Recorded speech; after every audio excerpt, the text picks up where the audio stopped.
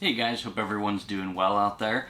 And I know I talk a lot about video games on this channel, but it is called Broad Nerd for a reason because I do want to talk about other stuff besides games. I want to talk about board games and movies and stuff like that, and also books. And I just thought I'd do a quick video about the books that I've been reading right now. Just the sci-fi-ish type stuff. I do read nonfiction and stuff like that too. That's not necessarily in the purview of, nerd stuff or whatever you want to call it. But I just thought I'd go over the last few things that if you like video games and sci-fi or maybe even fantasy, stuff like that, if you like those themes, these books might interest you. So one of the ones I read recently was Old Man's War by John Scalzi. And he's written a lot of books. Most famously was Red Shirts, which was that kind of spoof on Star Trek. I might not be describing that quite as accurately as I should be, but that was a really popular book. I didn't read that, but I was just familiar with his name from that book, and ended up reading this one. It was just one of those kind of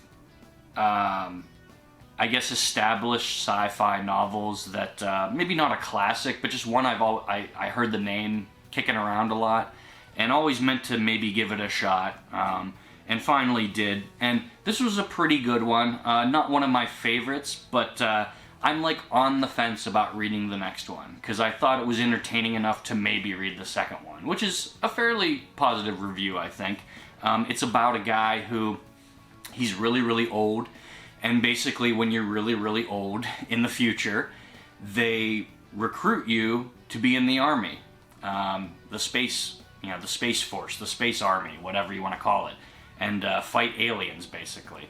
And so his wife is dead, and he figures, well, I might as well do this and sign up, because what happens is they basically want to recruit old people that have more experience, which doesn't quite make sense because, I mean, you need able-bodied people, right? You can't just thrust an 80-year-old man into war, right?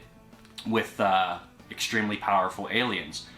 Well, that's where the book kind of takes on its own, takes on some life, and you see exactly what happens when these old people go up into space and join the ranks. So, let me just say that there is a way for them to participate in combat, even though they're really, really old. There's some genetic engineering involved, sort of, and things like that. So, pretty good book. Very entertaining, not too long. And, I always like to point out the length. This is about 350 pages, just under. So, pretty easy read. Even if you're not much of a reader, you can knock this out in, I don't know, I'm a pretty slow reader. I could knock this out in a week or two. Someone that's a really fast reader, like some of my relatives are really fast readers, could read this in 2 days. So, pretty good one. Check out the reviews. Like I said, I think it's good enough that you might want to read the second one. And one that I'm reading right now is The Caves of Steel by Isaac Asimov. Now, Asimov has done a lot of books with robots. He pretty much created the rules that a robot should follow. Should not ever harm a human being, etc., etc. So, this is a bit of a play on that. It involves a detective in the future and his robot partner. And it also deals with basically hate crimes against robots, because robots are taking our jobs away.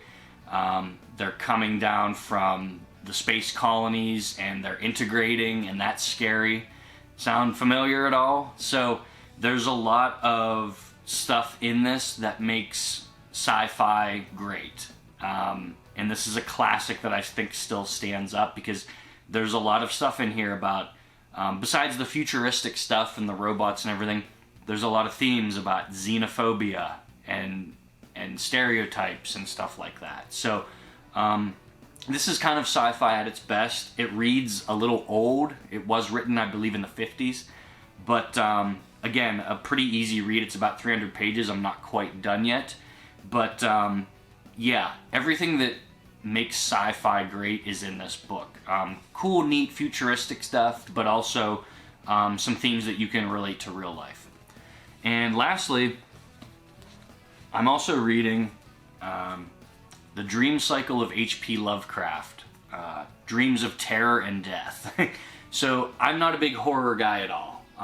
Pretty much the only horror that I read is Lovecraft.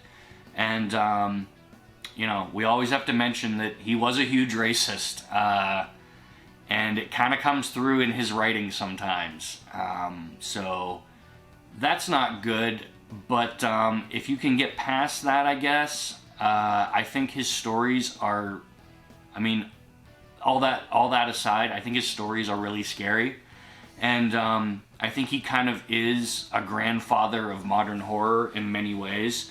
So it is kind of hard to read some of his stories and not think, wow, that's a little on the nose with the race stuff. If that bothers you, steer clear of him. But I think as far as the horror genre goes, he's done a lot of great things from a literary standpoint. Want to be clear, a literary standpoint. So this is not the best collection. I'll save the best collection for another video. I don't know if this one is out of print, but all of his writings are public domain now, so it's not a question of someone having the ownership rights or anything like that. So there's Lovecraft collections everywhere.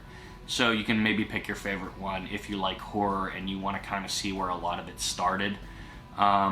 Obviously you have Mary Shelley's Frankenstein and stuff like that too, that came even earlier. But his stories are kind of, this one in particular is mostly about dream stuff. He deals a lot with insanity and dreams and things like that, and just kind of just dread. It's more, these stories are more like, they're more kind of like you just kind of sink back into your chair as you're reading them and kind of get more and more scared. There's not really the equivalent of jump scares, sort of. It's just kind of this existential dread.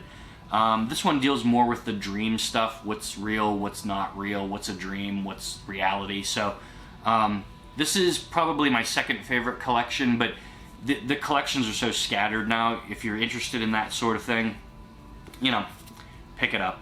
So, or pick up any Lovecraft collection that's out there. So those are the three that I have read recently and I'm currently reading. So if any of them interest you, hit me up with a comment below. If you know of anything that's similar to these, that remind you of these, that you think are good too, I'd be interested to hear your suggestions as well. So that's just a quick little recap.